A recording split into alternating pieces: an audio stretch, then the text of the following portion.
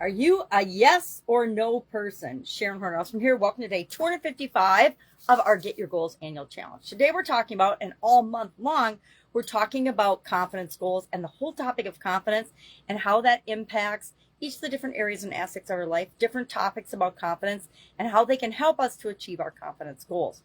Today's topic is, are you a yes or no person? Thus, this fantastic graphic that I created by writing backwards. And I guess if I'm being totally honest, I, for the longest time, was a no first person.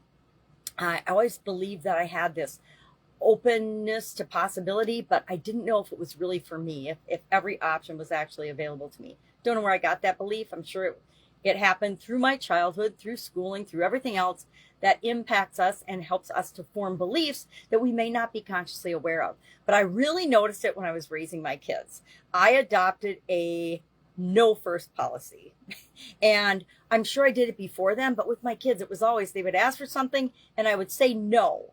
And I didn't say no to be mean, but I never liked the idea of saying maybe, because a lot of people say maybe and then they use that to buy themselves time. I would just say no and use that to buy me time to think about the request that they had made and how I could make it a possibility for them, right? So even though I was being negative and saying no, it was through a possibility thinking filter, which is bizarre.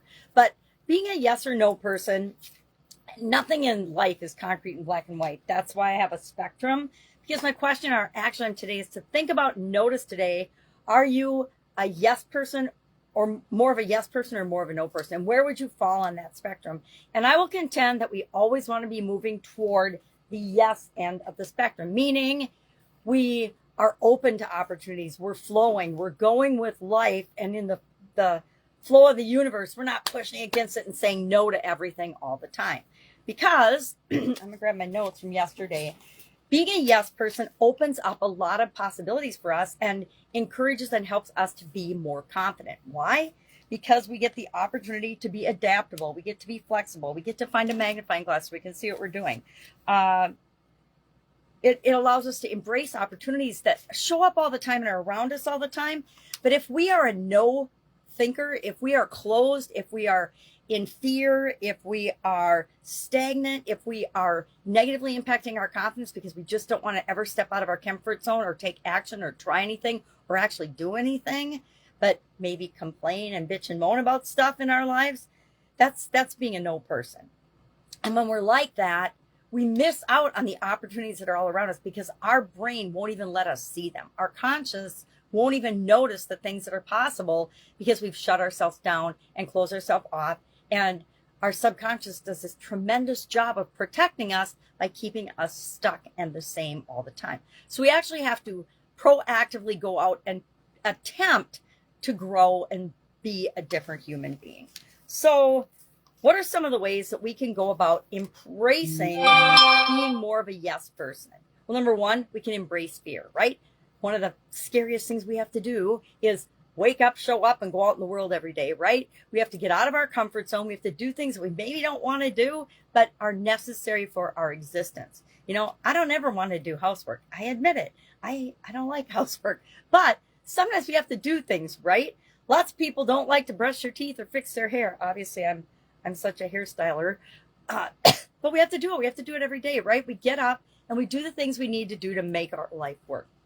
And if we're smart, we find ways to enjoy those things, or we couple them with other activities to make them more enjoyable. And before we know it, they're habits and they're good habits and they're moving us in the direction we want to go. We set clear goals. That's what this annual challenge is all about. This year, we are focusing on setting our lifelong legacy goals and then breaking them down into little bite-sized pieces and using our goal process to make sure that we install it in our subconscious so we're always doing the right things to move us toward what we want. Every single day, if you do a little thing every day, you don't even hardly notice it. But at the end of the year, you're like, oh my God, look where I've gone from here to here.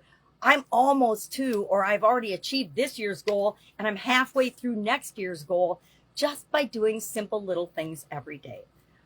We need to learn from our mistakes and our rejections. One of the biggest fears people have is of being rejected. Guess what? we can't be rejected. The only people that can really reject us is if we reject ourselves. And guess what? A lot of us do that more often than we should admit. But if we learn from those rejections, if we learn from those mistakes, if we learn from the things that we attempted that didn't work, that's how we catapult our personal growth and development and get what we want. Surround yourself with possibility, yes, positive people, right? All of us know that grumbly person or that grumpy relative or that grumpy friend that never has anything good to say about anything or anybody. They're just a grumbly Gus. And we love them anyway because maybe we grew up with them or maybe they're a relative. But we know that when we're around them, we feel more negative and more shut down and more closed off. And so what do? We spend less time with them and we spend more time with the people that encourage and nurture and help us to grow, that we do the same for. And then finally, I added one, practice gratitude. I don't know if you know it or not, but gratitude is like the secret weapon of fast growth and personal development. If you appreciate what you've done already, if you appreciate your accomplishments, if you appreciate all the blessings that are in your life right now, and if you're on the internet watching me right now, you obviously have many more blessings than the vast majority of the population. And so we need to be grateful for those everyday things so that we create more of what we want in our life. So that's how that's 5 steps we can use to go from being more of a no person to a yes person. And I've used all 5 of them and about 100 more things because, like I said, I used to be this no first person. And I thought that was a good way to be. But guess what? My kids pretty easily and effortlessly saw through. Yeah, mom was always going to say no. So we ask for what we want. And then we just go play and wait for 10 minutes. And she'll come back and she'll say, well, this is how you can do this. Or this is how you can make that happen. So they always got their yes anyway. So why did I bother saying no in the first place? I should have just said, hey, let me figure out how we can make that happen. Or let me figure out how I can make it possible for you to do that. But I always just said no first. Why? Because it was easier and it bought me time and it gave me a chance to step back and think about the overall situation and the big picture, not just saying no, no, no, or maybe, or yes all the time. And sometimes they just didn't get to do stuff because what they wanted to do was outrageous. All right. There's a write-up, of course, on this yes and no people in the Get Up and Go Challenge private Facebook group page, Guide 17. You can check that out. Of course, it's written by the AI ChatGPT. So there's maybe typos or maybe stuff that just doesn't make sense. I sometimes read those. I sometimes don't. I always talk about what I'm going to talk about, whether I talked about it on that or not.